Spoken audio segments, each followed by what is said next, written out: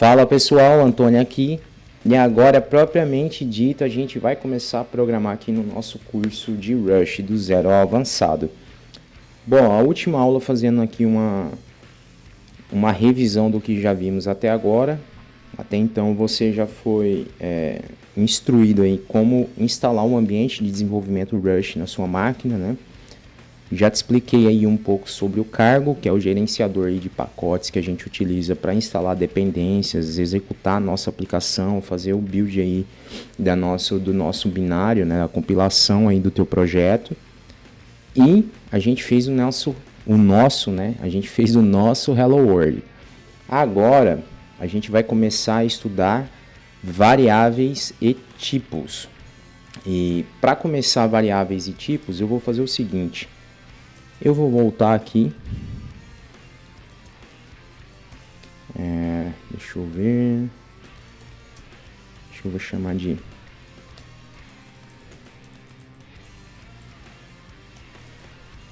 Vou chamar esse diretório aqui de variáveis e tipos. Esse diretório já vai ser... Esse diretório aqui ele já vai ser pra gente uma boa base... Deixa eu apagar aqui. Beleza, do que a gente vai ver. Então, para isso, eu vou fazer o seguinte. Eu vou entrar dentro desse dir. Opa! E aqui, a gente vai criar um projeto. Eu vou recriar eu ia criar já usando o... Aliás, a gente pode até fazer essa brincadeira agora. Vou voltar um nível aqui. Vamos lá. Vamos excluir aqui esse diretório e vou já criar ele na mão. Cargo new 02, variáveis e tipos. Tivemos um erro aqui porque a gente não pode utilizar o nome 0. A solução seria apagar ali o 0 do início, né?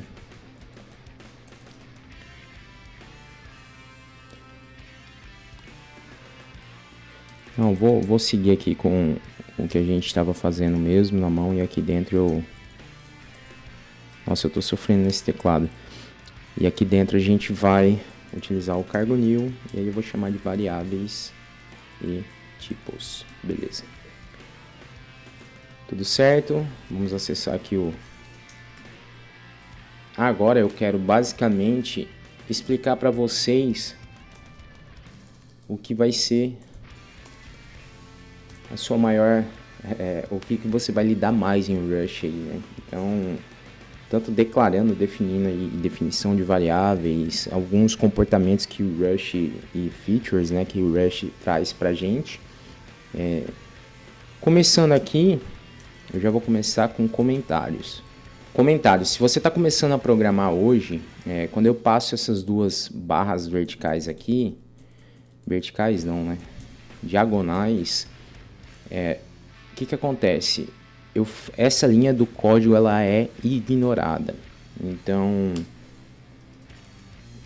eu posso chegar aqui, eu tenho uma instrução aqui que era para ser lida. Se eu fizer isso, ela passa a ser ignorada. Então, aqui você já está aprendendo uma nova feature aí do Rush, que são os comentários. A gente tem esse comentário, a gente vai ter o comentário multiline, né?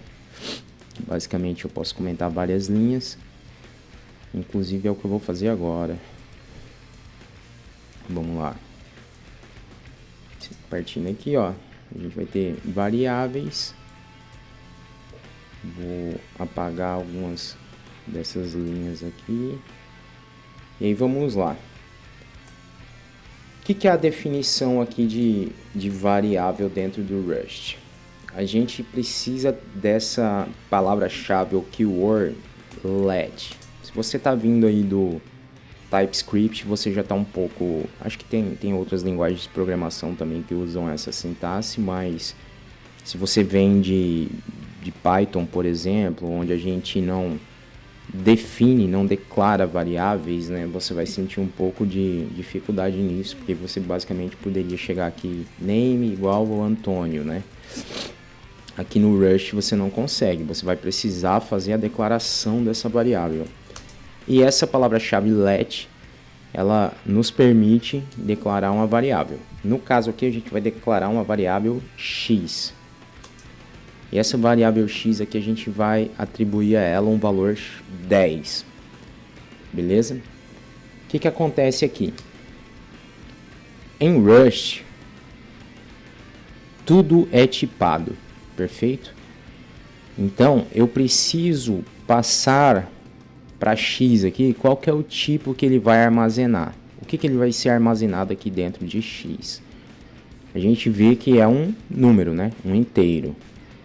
Então, a gente pode chegar aqui e eu posso dizer que é, ou eu posso passar, que ele é um inteiro de 32 bits. Só que eu tenho uma outra forma também, que é a seguinte: eu vou declarar aqui y, e agora eu vou dizer que é um inteiro de 32 bits também. Eu vou passar aqui 8. Qual que é a diferença? Esse cara aqui a gente chama de unsigned. Beleza? Ou seja, eu não vou aceitar aqui números negativos. Perfeito? Aqui a gente teria, por exemplo, um erro de compilação. Já no inteiro, quando a gente está passando o i32 ali, nós estamos aceitando que sejam tanto números positivos como números negativos. Perfeito? Além disso, a gente também tem o tipo de dado que é o ponto flutuante ou float, né? Então eu vou chegar aqui e vou dizer que z é igual a 3.14.333, tá, beleza. O que vai acontecer aqui? Eu preciso passar qual que é o tipo desse valor que a gente está armazenando dentro da variável z, que no caso é um float, então eu posso passar que ele é um float de 64 bits. Beleza? E aí você vai... deixa eu fazer um print aqui dessas instruções, que vai ficar fácil da gente ver. Vou pegar aqui, ó, x é x, y é... Opa, já deveria ter passado x aqui. Y é y, e z é z. O que acontece aqui? Na hora que a gente for executar, deixa eu ver se eu tenho aqui o terminal.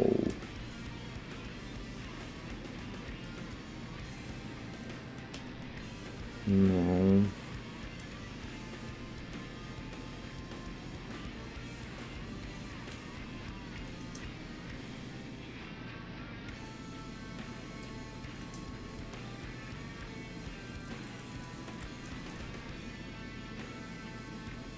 Estava no F, não. Tá, mas vamos executar fora aqui. Digamos que eu vou fazer o seguinte, eu vou entrar lá dentro de Developer.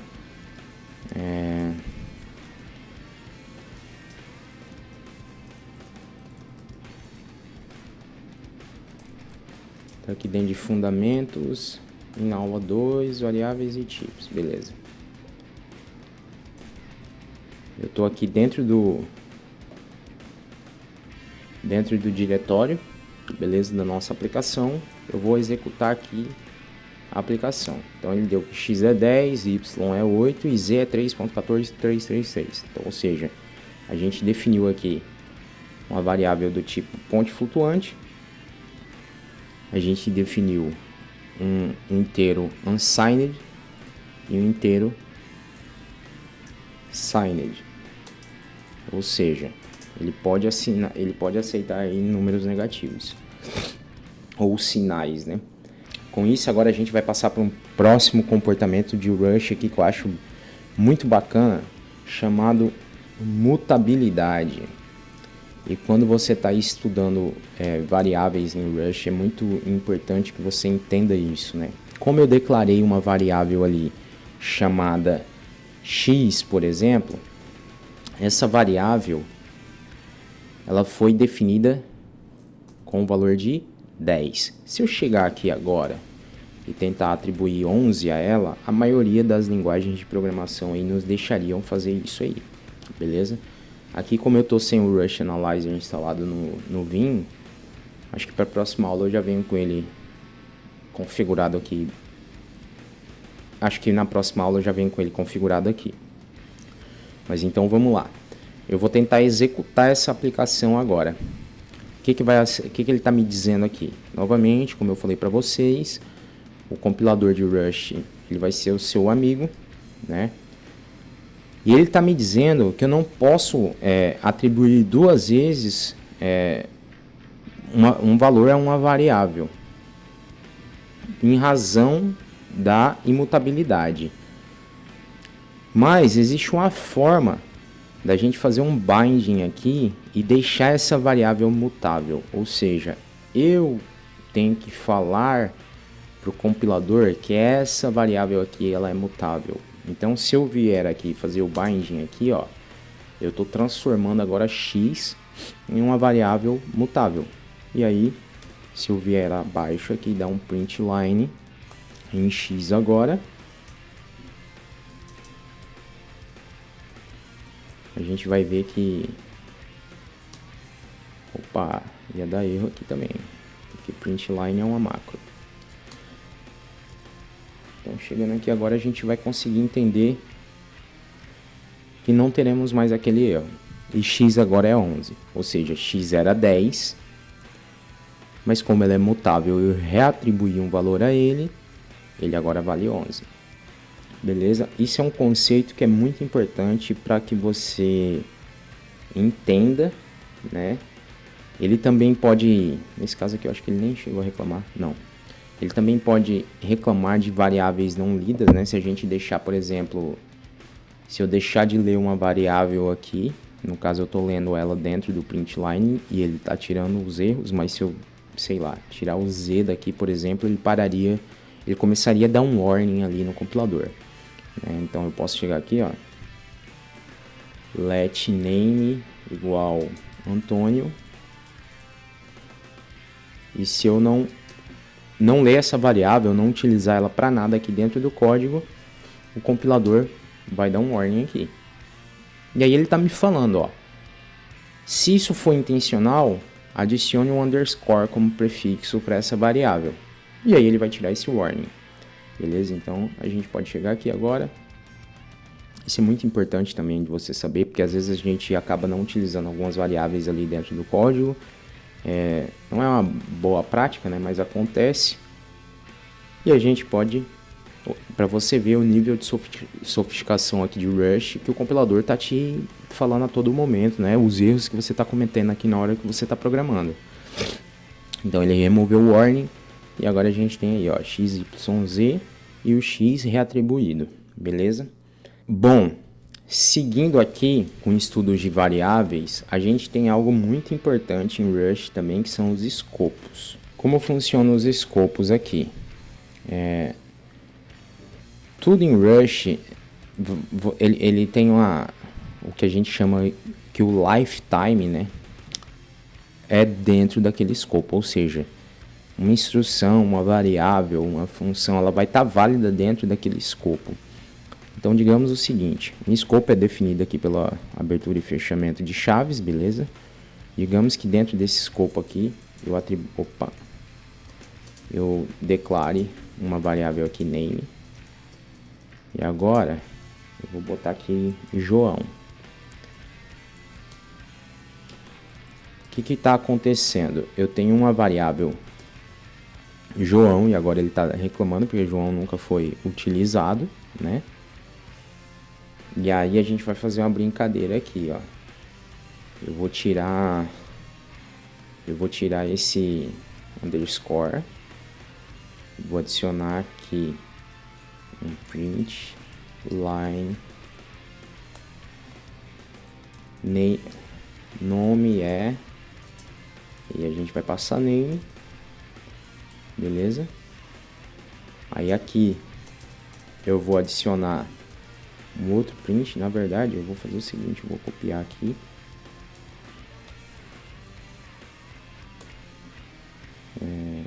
Só indentar aqui.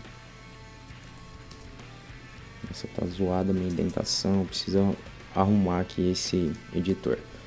E logo aqui após, eu vou printar de novo. Na realidade eu posso fazer só isso aqui. Beleza, a gente tem 3 prints aqui para variável name. Então eu tenho nome aqui, que é antes do escopo. Aliás, é no escopo de fora, né? No escopo aqui no caso da função main. Aí eu tenho name declarada dentro desse escopo interno, que eu poderia chamar aqui, sei lá, escopo que faz o cálculo X. Escopo que, sei lá, enfim, muda o nome para João. E aqui fora, voltamos para o escopo da função main. Beleza? Então, se a gente for executar esse programa agora, a gente tem Antônio, no interno a gente tem João e voltamos para o da função main, voltou para Antônio de novo. Então, basicamente uma variável, ela tem ali o seu ciclo de vida, independência do escopo onde ela está, beleza? Isso é um conceito bem importante, porque se você pode criar escopos para fazer manipulações de valores e atribuir aquilo a ele. Então, digamos que eu tinha lá, pronto, o x eu atribuí 11, aí aqui dentro desse escopo, e o x é mutável, se ele passar aqui dentro, eu quero que x passe a valer 1000. E agora, a gente vai fazer o seguinte, eu vou printar basicamente aqui, novamente x fora do escopo. E a gente vai ver o que ele está valendo aqui. Beleza? X é 1000. Então a gente conseguiu mudar um valor da variável dentro de um escopo. Beleza? Então eu poderia ter aqui, ó, eu poderia declarar uma variável, sei lá, A, que não tem nenhuma declarada aqui dentro do escopo, somar ela a X, mas ela só seria acessada, por exemplo, aqui dentro desse escopo. Vamos fazer esse exemplo, ó. Vou pegar aqui, vou criar let base, vou criar let base cálculo igual a 2. E aí a gente vai dizer que x é 1000 vezes 2. Ops. 1000 vezes base cálculo. O que vai acontecer agora? Se eu tentar imprimir aqui fora, por exemplo, print line base cálculo tem duas formas aqui também de passar variável para o print line, que é passando ele aqui interpolado, ou a gente pode passar ele aqui e mandar ele aqui fora. Vou deixar esse aqui diferente para vocês verem as duas formas que tem para a gente utilizar o print line aqui. Então vamos lá, se eu for executar aqui a gente vai ter um erro, porque ele não conseguiu encontrar o valor de base de cálculo nesse escopo. E qual que é o escopo? É o escopo da função main, ou seja, o escopo ali fora, né? Ele está definido somente aqui dentro. Apesar de que, se eu só comentar, por exemplo, aqui, se eu só comentar, por exemplo, essa linha aqui, o que vai acontecer? Ele vai funcionar. E ele fez o cálculo.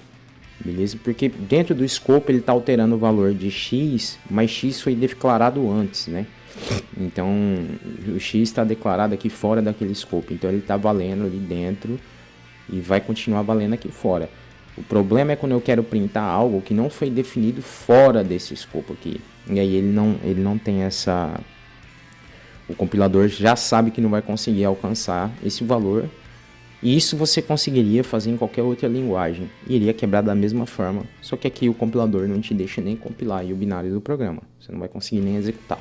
Ele sabe que vai dar problema. Beleza? Então, é bem importante que... Vou deixar aqui anotado. Na hora que a gente subir para o GitHub fica fácil de identificar. Irá quebrar, pois foi definido apenas no escopo interno, acima, né? Beleza. Agora, eu ainda tenho algumas variáveis, alguns tipos de variáveis aí que eu quero que vocês entendam. A gente só acabou falando aqui de números, né? Vocês já viram aqui string. Inclusive, deixa eu já passar o tipo aqui de string. Então, assim você está definindo que a variável é do tipo string. Um detalhe muito importante, e eu vou mostrar no final para vocês. Aqui já deu para você perceber. Eu não tinha passado aqui qual era o tipo dessa variável, mas mesmo assim meu programa não estava quebrando, né? Isso porque o compilador ele acaba inferindo os tipos para você. Na maioria dos casos ele vai inferir. Em algumas estruturas um pouco mais complexas ele não faz essa inferência de tipo. Mas aqui a gente está trabalhando aí com tipos primitivos, né? Então ele acaba fazendo essa inferência, você não precisa se preocupar tanto. Quando você está trabalhando com o Rush Analyzer, provavelmente na próxima aula, porque você já vai ter esse conhecimento aqui básico, né, de declaração de variáveis, os tipos primitivos, né? A gente já vai conseguir utilizar o Rush Analyzer, porque fica bem mais fácil. Se você estiver utilizando aí o VS Code, Cursor, enfim, não importa qual a tua IDE, você instala o Rush Analyzer, acredito que ele vai estar disponível aí para quase a maioria das IDEs que a gente tem no mercado, e você já vai perceber que o Rush Analyzer vai colocando e inferindo esses chips aqui também, beleza? Seguindo aqui para mais um conceito, né, que é bem legal de aprender aqui com o Rust. Ele chama shadowing. Esse conceito é muito legal. Como vocês viram, uma variável é imutável, né? Então, ou seja, eu declaro ela aqui, por exemplo, idade é igual a 37. Essa é a minha idade, estou entregando para vocês. Então, se eu quiser agora mudar a idade para, sei lá, 16, que foi mais ou menos quando eu comecei a programar, a gente já sabe aqui que o compilador não vai deixar eu fazer isso aqui, né? Então a gente já sabe que nosso programa aqui, por exemplo, vai crashar, não tem jeito.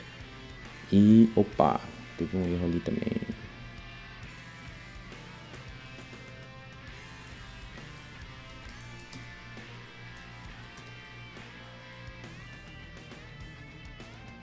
Tá, agora vocês vão começar a ver um pouco do que é trabalhar com Rush. A gente vai ter dois tipos de string, beleza? Então a gente tem um tipo que eu posso chegar aqui e declarar que Antônio, eu tô, né, passando ele para a estrutura aí, para uma structure de string.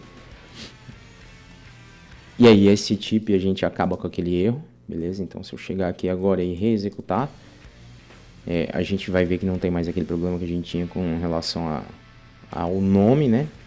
Mas a gente tem também, e aí eu vou botar assim, ó, name 2 do tipo, a gente chama de, em inglês você vai ver muito shear. E o shear eu posso passar daquela forma como eu estava passando antes. Por que deu erro? Como eu tô sem o Rush Analyzer aqui, eu não me atentei e declarei como um string e passei ele como shear, que é o que eu uso mais shear do que do tipo string propriamente dito. E aí eu poderia passar aqui e não daria mais esse erro. O erro que a gente continua tendo aqui, ele é oriundo da imutabilidade, ou seja, eu declarei idade e tentei fazer bem aqui embaixo, ó, eu tentei fazer a mudança, ou seja, reatribuir um valor a essa variável. Mas agora eu vou explicar para vocês o shadowing. Perdão eu ter saído um pouco aqui da explicação do que é shadowing, mas é porque acabou dando um erro, mas foi importante eu definir esses dois tipos de string ali que a gente ainda não tinha falado, eu estava trabalhando mais com o nome. Mas se você observar aqui, João, por exemplo, a gente está utilizando a inferência de tipo. Eu não estou passando o tipo, mas como vocês já viram anteriormente, aqui ele está inferindo o tipo shear, beleza? Pela forma como eu estou atribuindo. Isso é bem interessante você entender, né, para que não gere confusão aí nesses dois tipos de string. A gente ainda tem o tipo char, e logo em seguida eu já mostro para vocês. Mas vamos falar aqui agora do shadowing. Shadowing é bem interessante. A gente sabe aqui que eu não conseguirei mudar o valor em razão da imutabilidade. Beleza.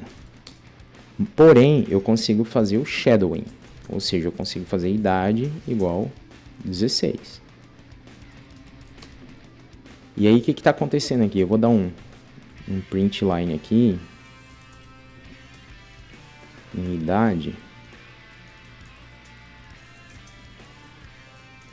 Vai ser bem legal de vocês verem. Isso aqui a gente usa bastante, com muita frequência.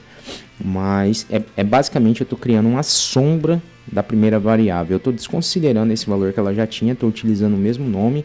Aqui o Rush vai alocar essa variável em um novo espaço de memória, beleza? Ele não está utilizando a mesma indexação que a gente tinha aqui anteriormente, ou seja, ele está fazendo um shadowing ali daquela variável, mas alocando em outro lugar.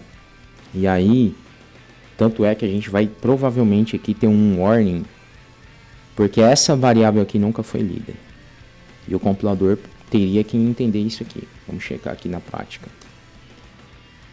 Exatamente o que aconteceu. A gente tem um outro warning lá que é do shear do name2. E aí para resolver isso, a gente já sabe que é só passar um underscore.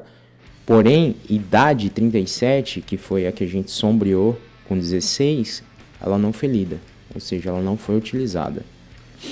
E é o que eu falei para vocês. O Rush ele faz o shadowing ali do nome, mas a alocação vai para outro lugar.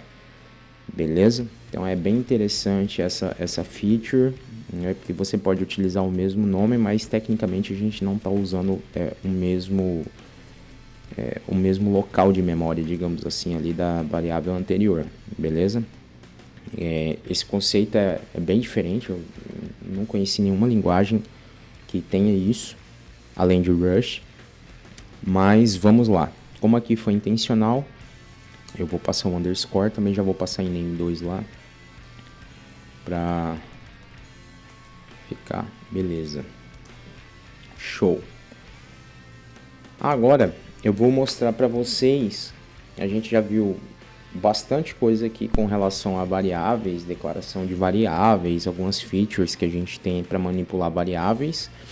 E agora eu vou mostrar para vocês como que você declara constantes, né? Então, esse é um conceito que muitas linguagens de programação traz, e aqui em Rush não é diferente.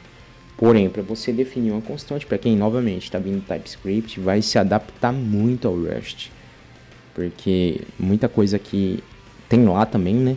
Apesar de que, enfim, nem todo desenvolvedor sabe usar let const corretamente ali dentro de TypeScript, porque você acaba podendo usar ambos, né? Mas aqui um pouco mais imperativo. Mas a gente vai definir aqui, sei lá, deixa eu pensar, tentativas. E aí eu vou fazer o seguinte, eu preciso passar qual que é o tipo dessa constante. Salvo engano aqui, a gente em constante não tem inferência de tipo, né? Então vou botar aqui que o número de tentativas é 10. Se eu tentar executar, provavelmente que ele vai... exatamente, ó. Eu sou obrigado em constantes a passar o tipo aqui. Não tem inferência. Então vou passar aqui um i8. Ele sugeriu ali 32, mas é uma alocação muito alta para a gente guardar somente 10, né? E se eu for executar, ele vai me dizer só que constante nunca foi utilizada, né? Constantes nunca foi... Aliás, que tentativas nunca foi utilizada, que é uma constante. Então a gente pode chegar aqui... Opa! Então a gente pode chegar aqui e só ler o valor dela. Tentativas e passar tentativas. que vai resultar no que a gente precisa, que é 10, beleza? Bom, com isso a gente encerra essa aula aqui sobre variáveis e tipos. Eu ainda nem passei o tipo char, mas no decorrer aqui do curso a gente vai acabar vendo. Não tem complexidade alguma, eu poderia até criar aqui, por exemplo, char. Oh, meu Deus. Eu poderia criar aqui, por exemplo, char e vamos definir ela como primeira letra, a referência aí da primeira letra do nome. Vou dizer que é um char e vou atribuir, no meu caso aqui, A. E aí eu posso, se eu quiser, né, dar o print line aqui, primeira letra e aí passar a variável primeira letra. É bom que vocês estão vendo eu cometendo vários errinhos aqui por falta de configuração e adaptação dessa máquina que eu estou usando para gravar o curso, mas você também vai passar por isso. Então, tipo, preste sempre atenção, leia bastante, porque normalmente o compilador aqui ele vai te informar, né? Se você não percebeu o que está acontecendo, é porque tipo, eu estou usando o NVIDIA aqui para programar, e muita gente vai acabar usando aí o VS Code ou outra ferramenta, mas basicamente eu estou navegando entre tabs aqui para rodar dentro do terminal. Você faria o mesmo, você vai abrir o terminal de um lado, VS Code do outro, vai programar e vai executar o teu programa, beleza? Então é isso, pessoal, aqui a gente encerra mais uma aula. Hoje a gente falou sobre variáveis e tipos em Rust. Espero que vocês tenham gostado, espero que vocês tenham aprendido. Se ficou com alguma dúvida, deixa aqui nos comentários. Vou responder todos vocês. Novamente, acesse o repositório no GitHub, me siga lá se você ainda não me segue, me siga nas redes sociais aqui que eu deixo aqui no canal. Compartilhe com seus amigos que queiram aprender Rust aí, também estejam ou migrando ou começando a programar agora. E te vejo na próxima aula, que a gente vai falar sobre um conhecimento que é de extrema importância que você saiba em Rust, chamado Ownership. Ele define muita coisa aqui na linguagem que a gente precisa aí enquanto desenvolvendo, beleza? Te vejo na próxima aula. Valeu!